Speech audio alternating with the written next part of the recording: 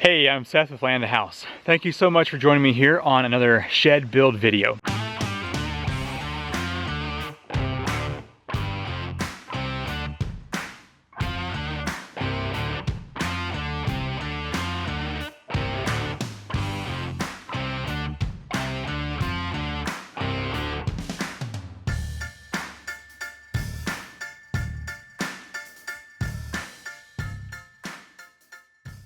We recently had a threat of hurricane coming through, and it dropped 4 to 5 inches of rain in just a couple hours and had some really serious winds. And so I kind of got the building construction a little out of order. What do I mean by that?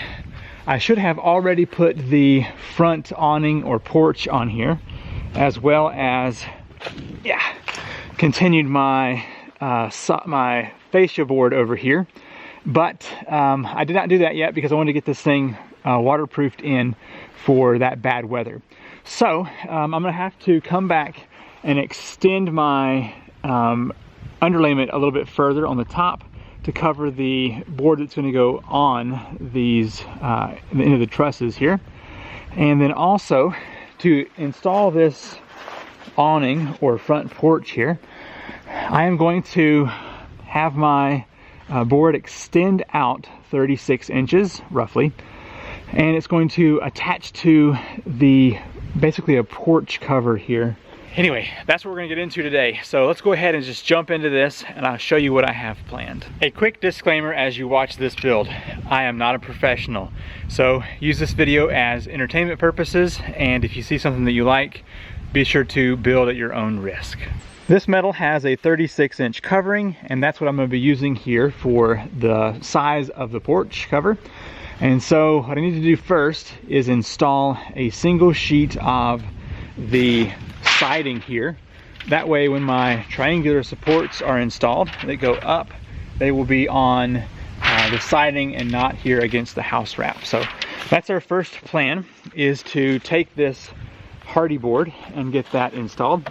I'll be doing a separate video on installing this, so I'm gonna go ahead and get it done without you, and then we will come back and do a full video on that siding in the future. I just got both pieces of the hardy concrete board up here on the sides. Luckily that was a full sheet, and this one I had to cut down to 42 inch, and like I said, I'll show that process whenever I do the siding video. Now, to save on weight, I'm gonna make this porch awning out of 2x4. And so I want to have a 2x4 that's going to go and follow that truss right there, the gable end truss. So I just want to find one of my 2x4s.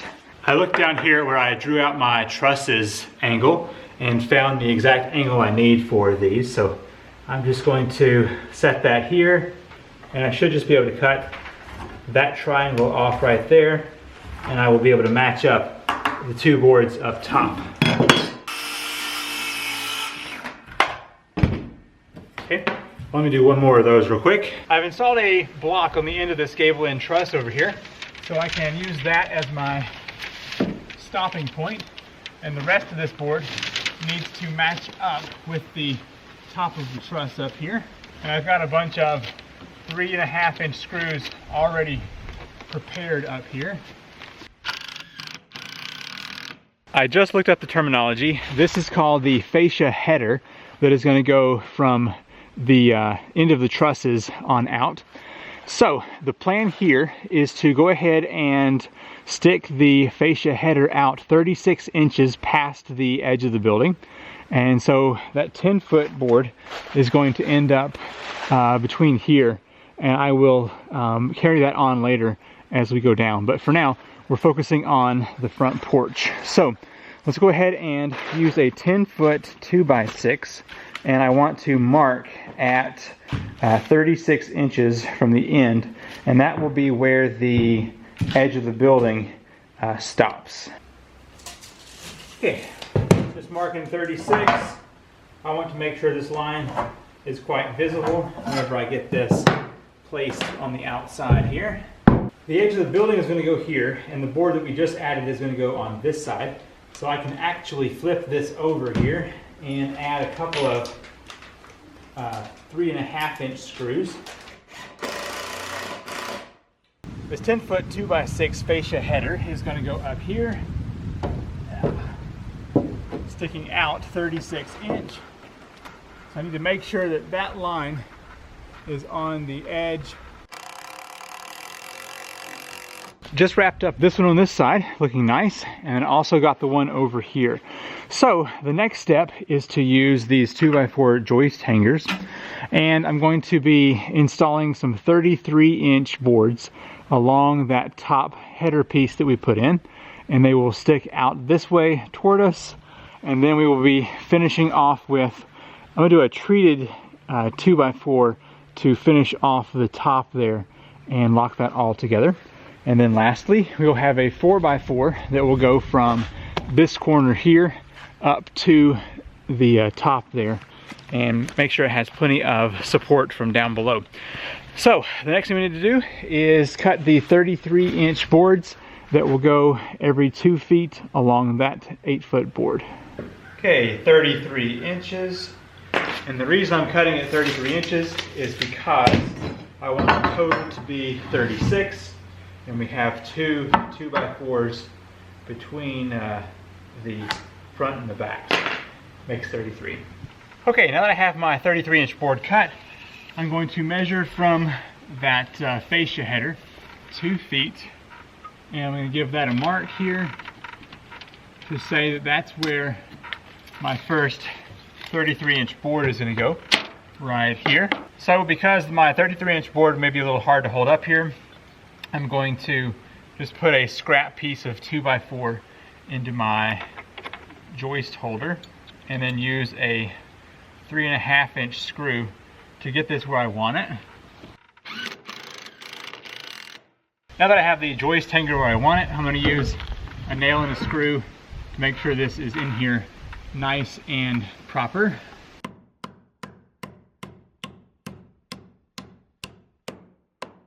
All of the 33-inch boards are now up and installed, so you can see them all lined up here, doing quite well.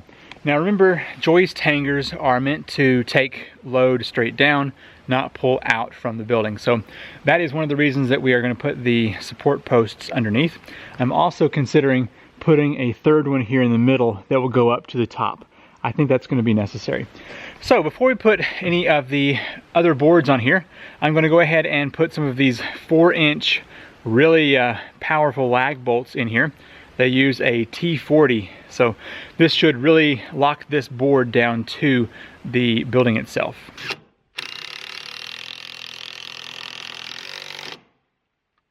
I'm going to use treated lumber on the front here, and it will have the exact same cut that we made right here for this one. So let me go ahead and get this lined up, and we will put this on the outside here. Now if you recall, we cut our ends here at 36 and these at 33. So the 1.5 inches here, and then the 1.5 inches for the board that will go from here up to the top and then down to this side will make 36 inches. Go ahead and cut that little triangle off there. I've set up a block right here and up here to hopefully hold this board in place.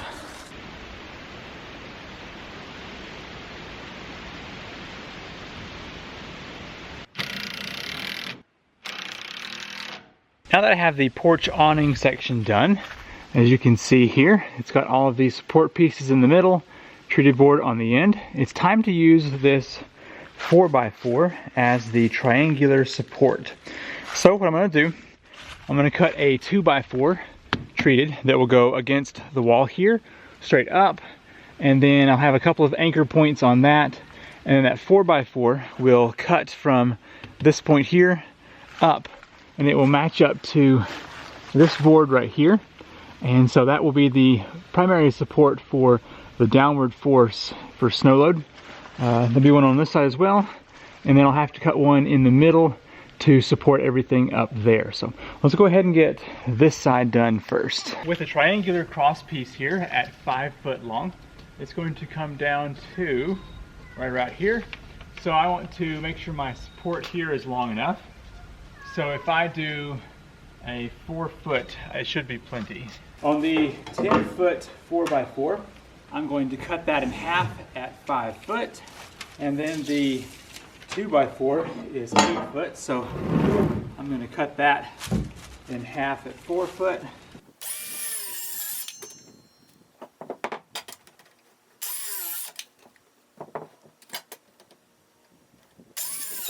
Now for aesthetics, I'm going to set my saw to 45 degrees and cut each of the 2x4 ends to a 45 degree. And that will basically give me a nice pretty looking end piece on each of these. I'm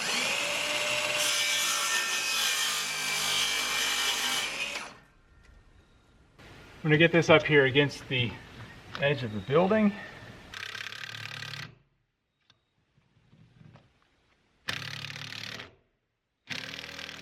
Now I've got some of these 3.5 inch lag bolts that should really lock this thing down nicely.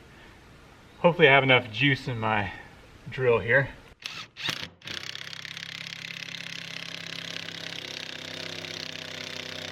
This part here is going to be a bit non-scientific.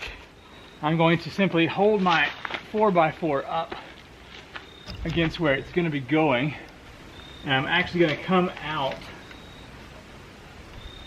away from the building and draw my line of where my cut is going to be so I can transfer that angle over. Okay, so there's the angle I need. Okay, I got 3 on this side, 8 here. So if I come down to 5 here and then make that to the end, I hopefully will have that same angle right there. And that's what I'm going to cut to use this for my support beam here. I'm going to use these really long lag bolts to get this attached to the building. And so I have just marked a spot where I want to pre-drill into this. Straight down, hopefully. Doesn't go quite all the way, but it should at least give us a head start on that. My batteries are starting to get old here, but I'm going to get this started down in here. I need to say that I made this cut on the other end. It's not perfect, but at least it gets it up on the top there. Let me just show you what it looks like when I get this installed.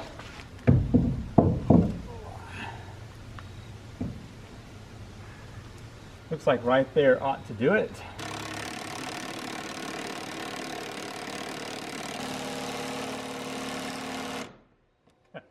It's almost too much for this little impact driver. Seems like it could have gone about an inch higher, but it's going to be just fine. I'm going to angle a little bit down here.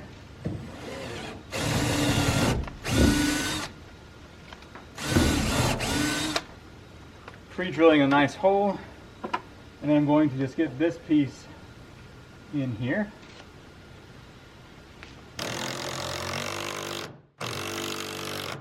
I would be confident already doing a chin-up on that.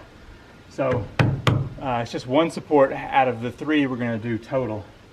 So I think that's going to be sufficient for the snow load we get around here. My light is escaping quickly here, but got that one done, looking nice. Came over here and got this one done. Cut a little bit too much off of this top piece here, but it is supporting everything quite nicely. Let me zoom back a little bit so you can kind of see what this looks like. There you go.